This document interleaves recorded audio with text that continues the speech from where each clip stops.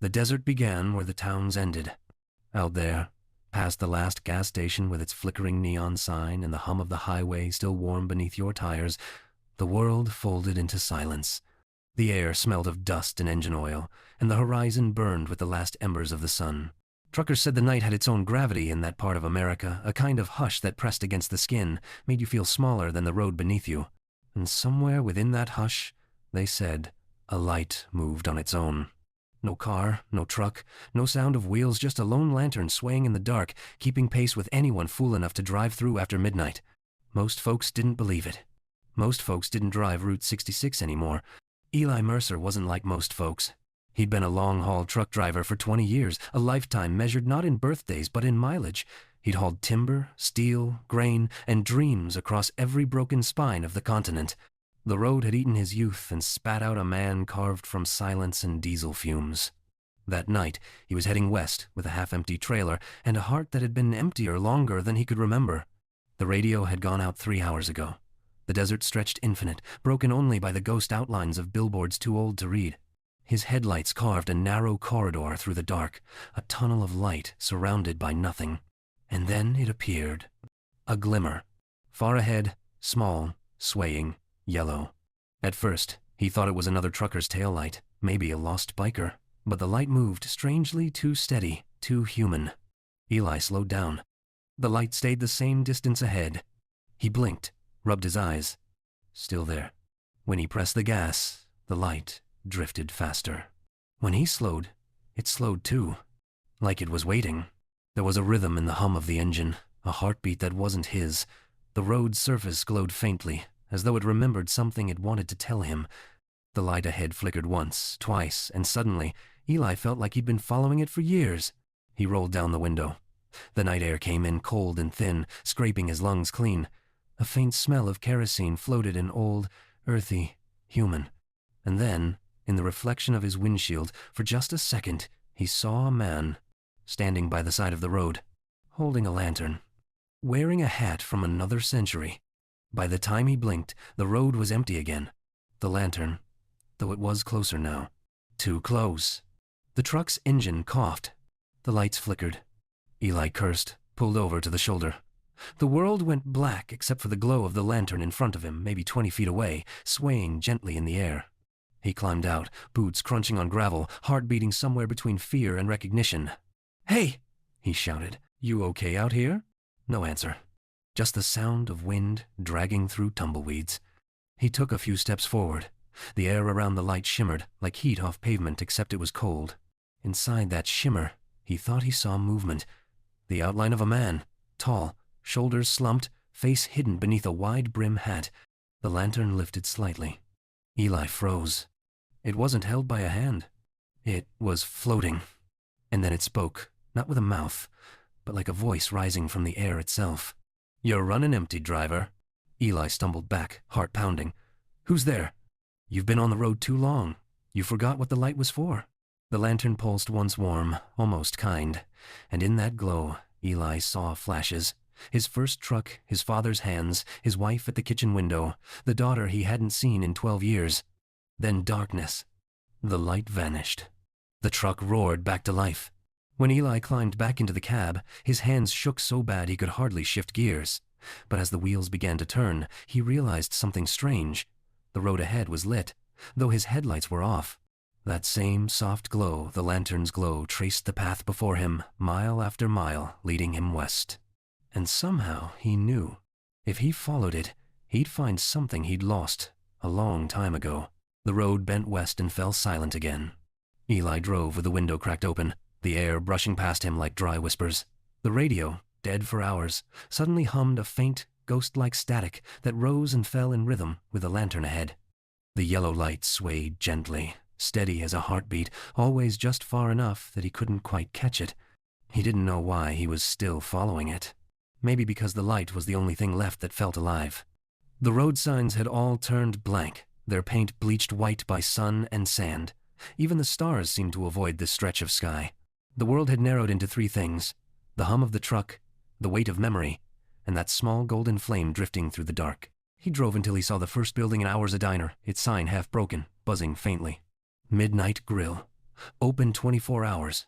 The lantern slowed and stopped in front of it, hovering like a porch lamp waiting for him. Eli pulled over, engine idling, and climbed down. His boots sank into dust.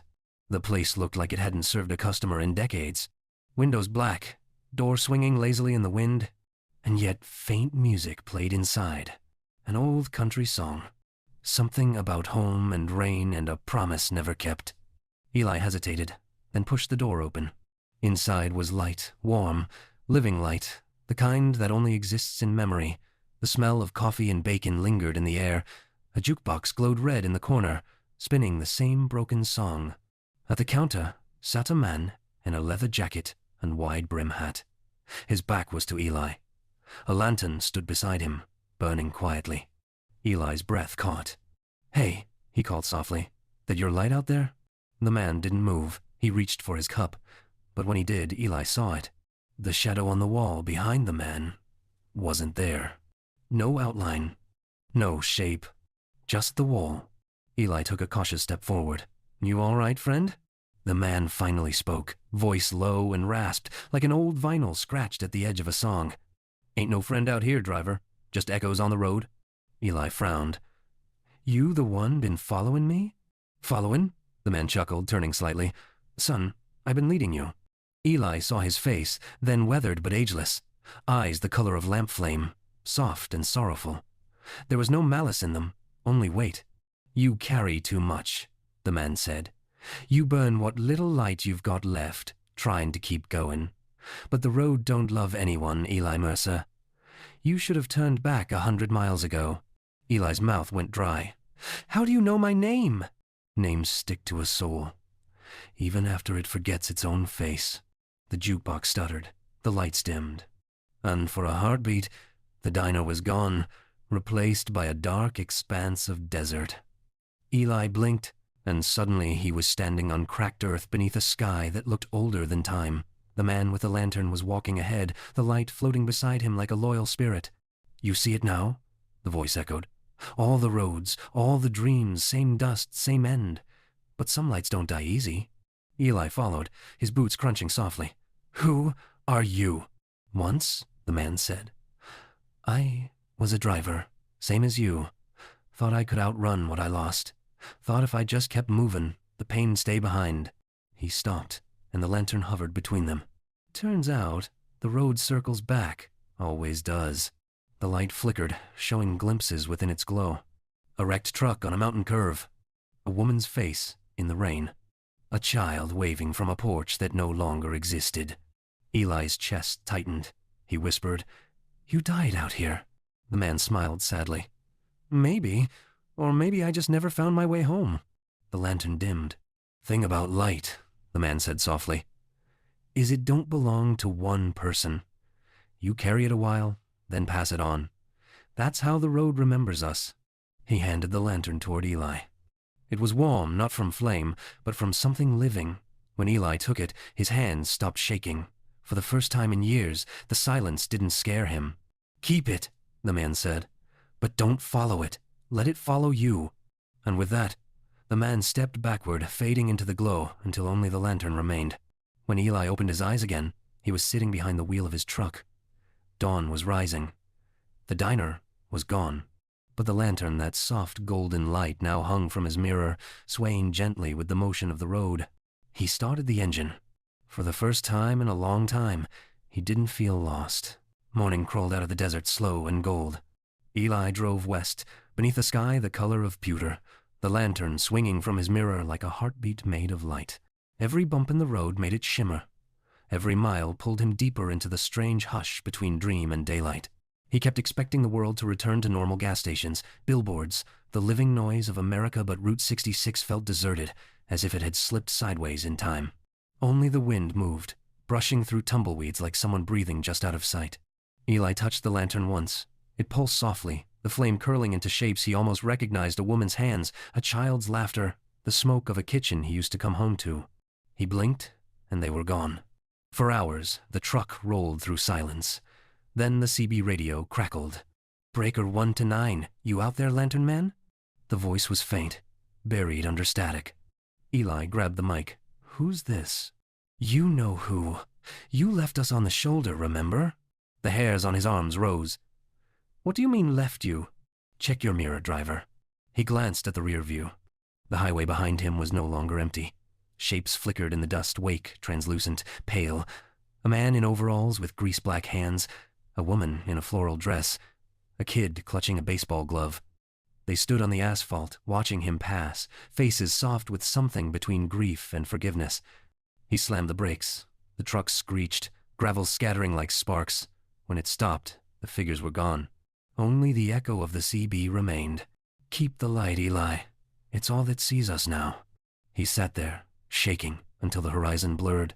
He remembered them, the people from the towns he'd hauled through, faces he never looked at twice, the hitchhiker he hadn't stopped for in Nebraska. The family stalled in the rain near Amarillo, too busy to help. Every road leaves its ghosts behind. He started the truck again. The lantern flickered brighter, as though feeding on the truth. By dusk, the road curved toward a canyon.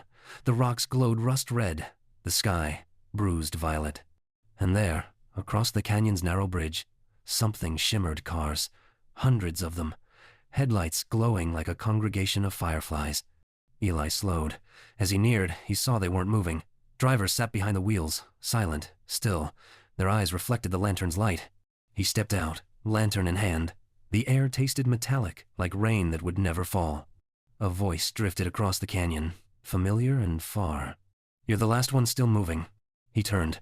The man with no shadow stood on the far edge, hat tilted low. Why are they here? Eli called. They forgot the road had an end. Eli looked down the line of cars, rusted, faded, some burned to shell. Yet the people inside looked untouched, caught between seconds. Can I help them? The man smiled faintly. That's what the light's for. Eli lifted the lantern. Its glow spread across the canyon, washing over the cars. One by one, the figures blinked, exhaled, and faded like mist. The headlights dimmed, leaving the world quiet again. When he lowered the lantern, only the wind remained. The man's voice lingered. Every soul you pass remembers your light. Keep driving, driver. The road's not done with you yet. Night fell again, swift and endless. The truck climbed a hill that felt more like memory than earth. The rear-view mirror showed only darkness, but somewhere within it, he thought he saw his father's truck, following just behind, lantern glowing in the cab. Eli smiled, eyes wet, and whispered into the hum of the engine. I see you. The radio clicked alive one last time, a woman's voice singing through the static. Carry the flame. Carry it home. The lantern flared, and the highway opened ahead, an unbroken ribbon of light cutting through forever. By the time dawn returned, the road had thinned into nothing but gravel and light. Eli drove until the asphalt cracked open into a canyon wide, silent and filled with whispers that weren't wind. The lantern swayed from his mirror, brighter than the sun could manage, its glow cutting a path through the rising dust.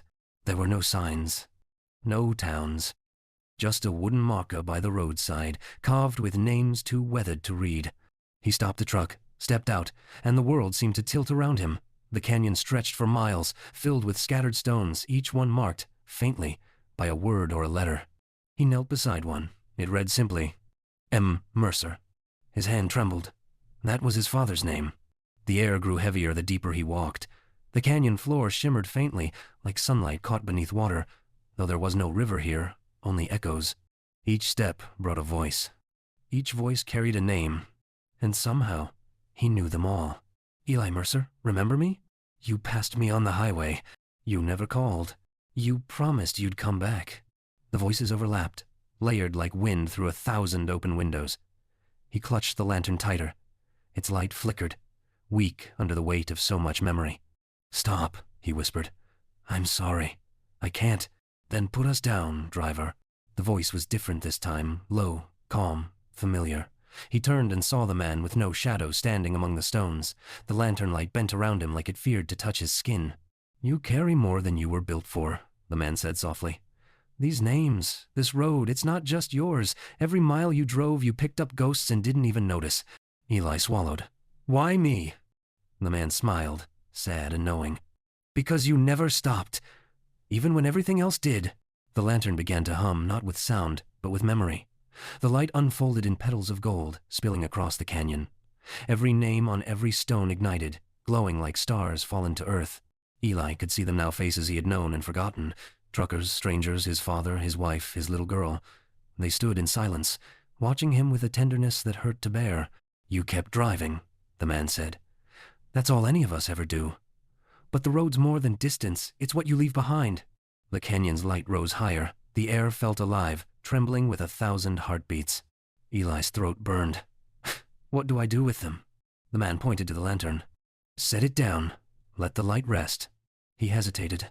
The thought of losing it terrified him. It was all he had left, the only thing keeping the dark at bay. But somewhere inside, he knew. The light had never belonged to him. He knelt and placed the lantern in the dust. It pulsed once, twice, and then burst upward, scattering into 1,000 fireflies of gold. The canyon filled with them, floating, rising, vanishing into the dawn sky.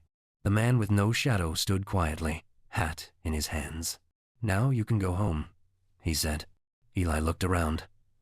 "I don't even know where home is anymore." "Then follow the road until you do." The man turned, walking into the light, and as he did, his shadow finally returned, faint but real, stretching long across the sand. Then he was gone. Eli stood alone. The canyon was empty now, just stones and morning sun. But as he climbed back into his truck, he noticed something new. The lantern still hung from the mirror, though dimmer no longer a guide, just a companion. Its flame danced like a small heartbeat, soft and steady. He smiled through tears. "Guess we're not done yet." The engine started. The wheels found the road again. And somewhere deep in the canyon behind him, the voices faded not into silence, but into peace. By the time the canyon was only a memory in the rear view, the day had folded into gray. The horizon looked wrong, a bruise instead of a sky.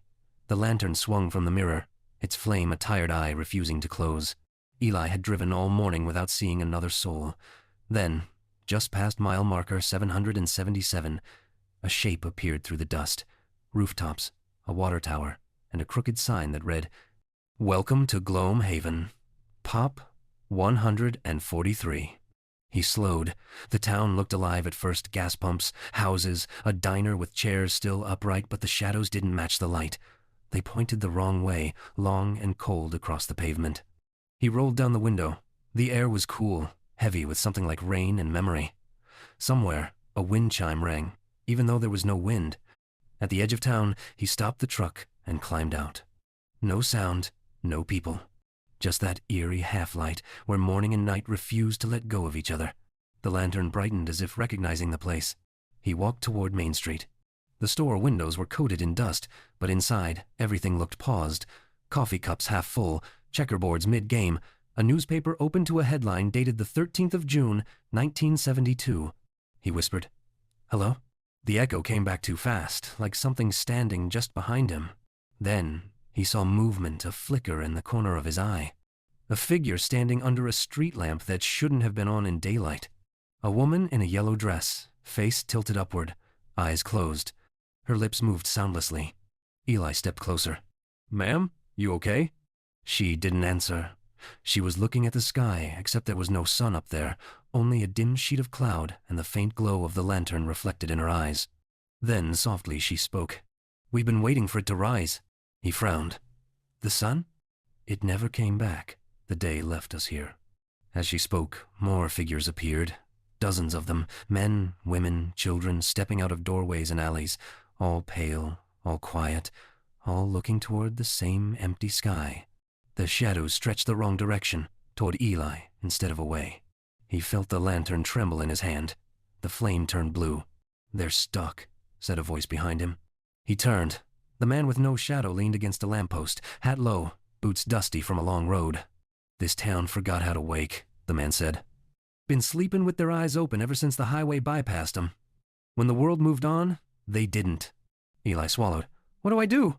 "Same as before. Let 'em see the light. Just don't stare too long, or you'll forget which side you're on." Eli lifted the lantern high. The blue flame pulsed once, twice, then exploded into a soft radiance that flooded the street. The townspeople turned toward it. Their eyes shimmered gold for a heartbeat, and in that glow he saw what they'd been: laughter, work, love, all the small things that make time move. Then they smiled. One by one, they dissolved into light, drifting upward like sparks into the gray sky. The last to fade was the woman in yellow.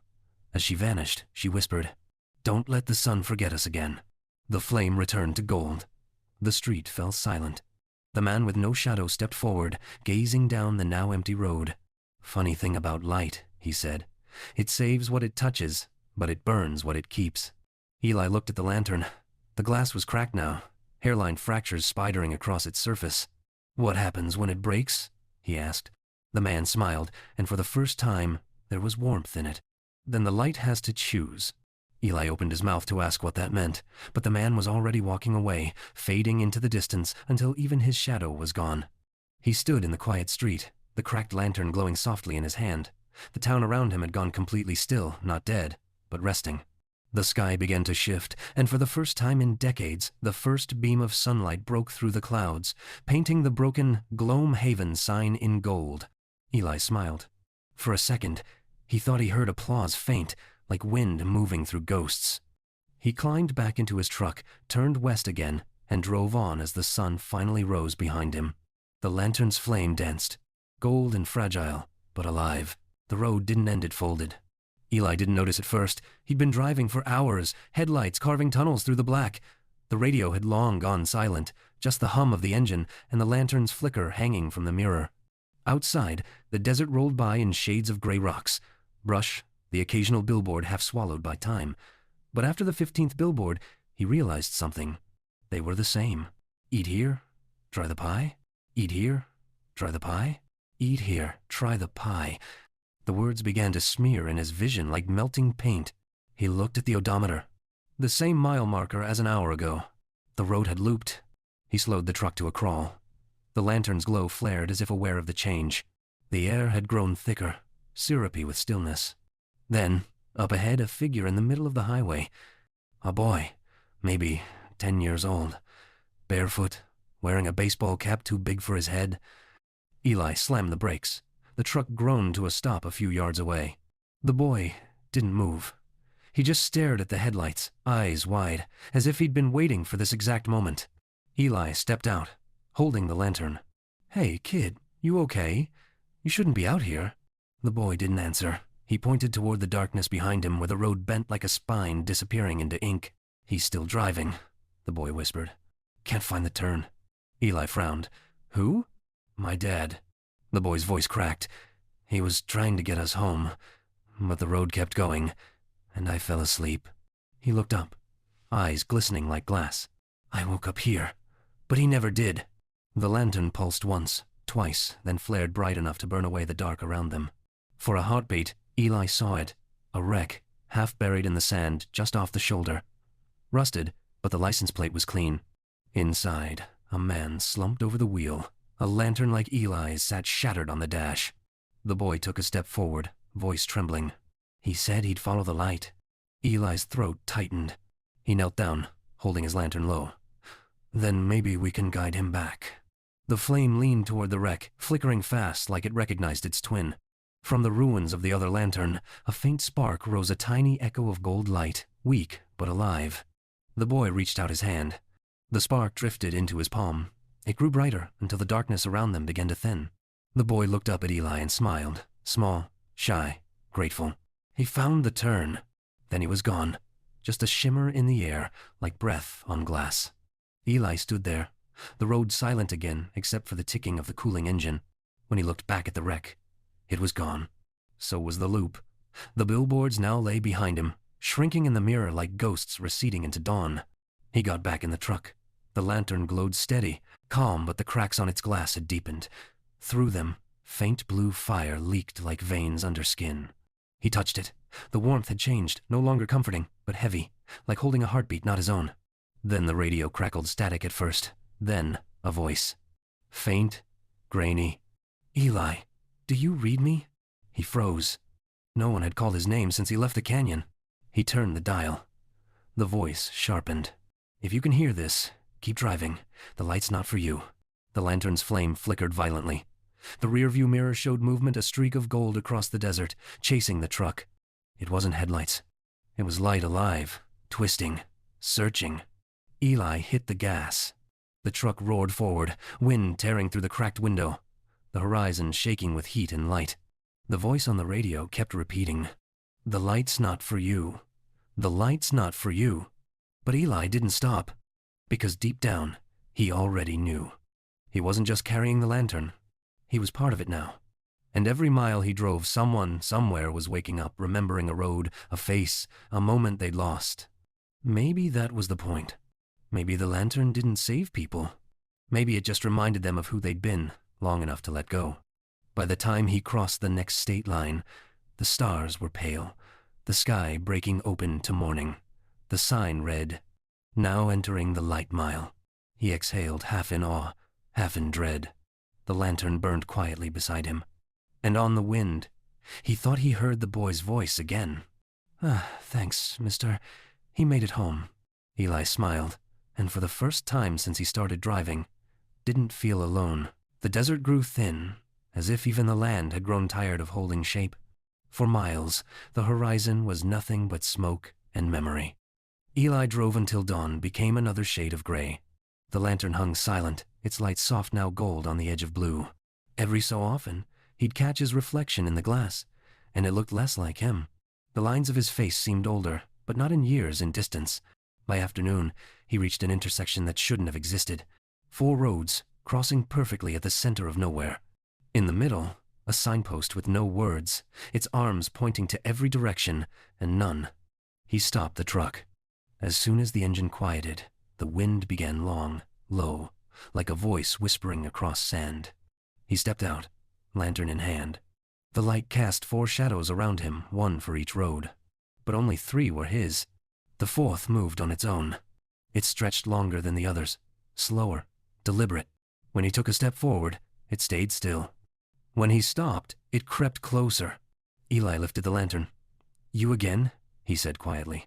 A figure began to rise from the 4th shadow, tall, lean, the outline of a man he'd seen before. The man with no shadow. Only now he had one, and it was Eli's. "You've carried the light far," the man said, voice rough as gravel. "But every flame casts something behind it. Do you know what yours looks like?" Eli's pulse tightened. "You said it saves people." "It does, but it also keeps a ledger." He gestured toward the horizon. The sky darkened at his motion. 1,000 faint shapes flickering there, silhouettes of every soul Eli had touched. The old miner, the drowned lovers, the people of Gloamhaven, the boy on the road. They shimmered in silence, half light, half echo. "You gave them release," the man said. But something had to remember their pain. Eli stared at the lantern. Its cracks glowed with blue fire. He realized those cracks weren't from time. They were marks. Scars from every soul he'd carried through. "Why me?" he asked. "I was nobody." The man smiled faintly. "That's why. The road needed someone who'd already forgotten what home felt like." The wind picked up. The shadows on the ground began to twist, reaching, tangling, like roots seeking soil. They crawled toward the lantern. "The light's heavy, Eli," the man said. "Too heavy for one heart. You have to let the shadow take its share." Eli tightened his grip. "And if I don't?" The man's eyes gleamed, silver and sad. "Then you burn, like all the ones before you."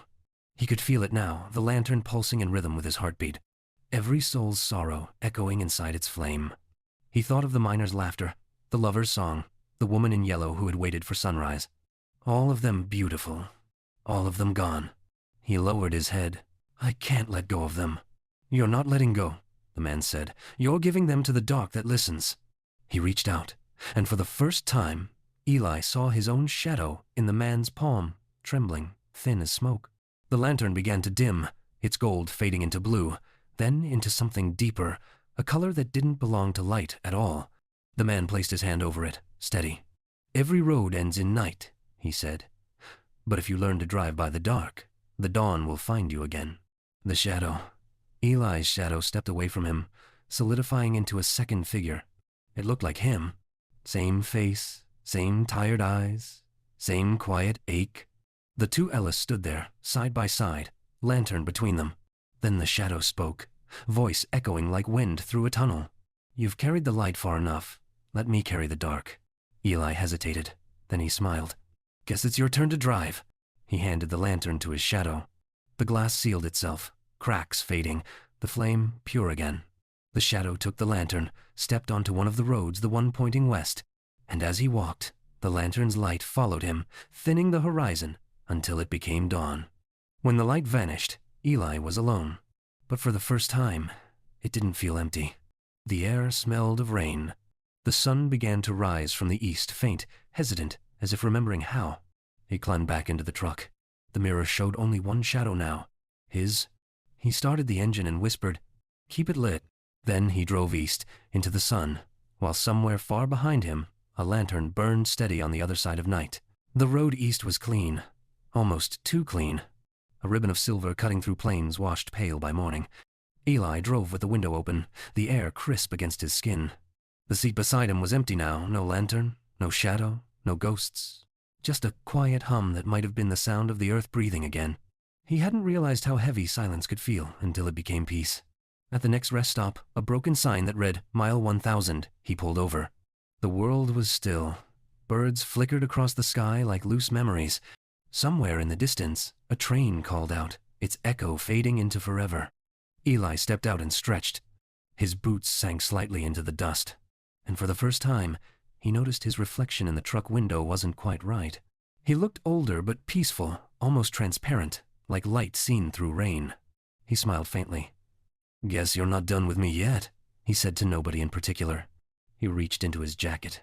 Inside was a shard of glass, the smallest piece from the lantern's cracked shell, warm as skin.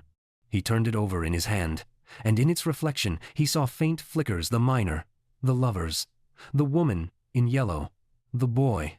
They didn't speak this time. They just were watching him with that same calm gratitude of souls finally home. The wind shifted. A whisper rolled through the air. "Every road finds its light?" He nodded. "I think I finally found mine." He got back into the truck. The key turned easy, like the engine had been waiting. The radio came alive, not static this time, but a song. A slow country melody, older than the highway itself. He didn't know the words, but the tune felt like something he used to hum long ago, before he ever left home, before he ever forgot his own name. As the song played, the horizon began to glow, not with dawn, but with gold. Not the kind that burns, but the kind that forgives. And in that light, he saw them all again, the ones he'd helped, walking the roadside, fading gently into the brightness. He realized then, the lantern had never been about saving others. It had been teaching him how to find his way back. Every ghost was a memory, every stop a reflection. He wasn't driving across America. He was driving through himself. As the light grew stronger, the sky began to dissolve, clouds opening like a curtain to something beyond the color of language. The truck rolled forward, wheels humming like a heartbeat. He whispered, "You can rest now." The world answered with silence, warm, infinite, kind. The road ahead curved upward, impossibly so, a slope of light reaching toward the sun itself. He didn't stop. The higher he drove, the lighter everything became. The truck, the air, even him. And at the crest of the glowing hill, he saw it. A figure standing beside a second truck, lantern in hand, waving him on. The man with no shadow. Only this time, he was smiling wide, like an old friend waiting at a diner door. "Took you long enough," the man called. Eli laughed, the sound clear and young again. "Guess the detour was worth it." "Always is." The man tipped his hat toward the horizon. "Time to clock out, driver." Eli nodded. He stepped out of the cab, leaving the door open. The wind caught it, swinging gently as the truck began to fade just light now, rolling onward without him. He walked toward the man, and together they faced the rising sun. The lantern's flame shone between them, no longer blue or gold, but pure white. It pulsed once, twice, then released its light into the world. In that moment, the highway itself shimmered, every broken mile mended, every forgotten town glowing faintly again, every shadow finding rest. And as the light spilled across the land, Eli whispered, "Let there always be someone to carry it." Then he was gone. Not vanished, not erased, just become part of the light that lingered long after the road had ended. Days later, or maybe decades, who could tell? Truckers driving Route 66 began to report a strange glow along the road. Sometimes it looked like a lantern swinging in the distance. Sometimes just a golden shimmer before dawn. They say if you follow it, you'll always find your way home, even if you forgot where that was. Some say it's a ghost. Others say it's the sun learning to rise again. but the old-timers have a different name for it. They call it the Highway Lantern.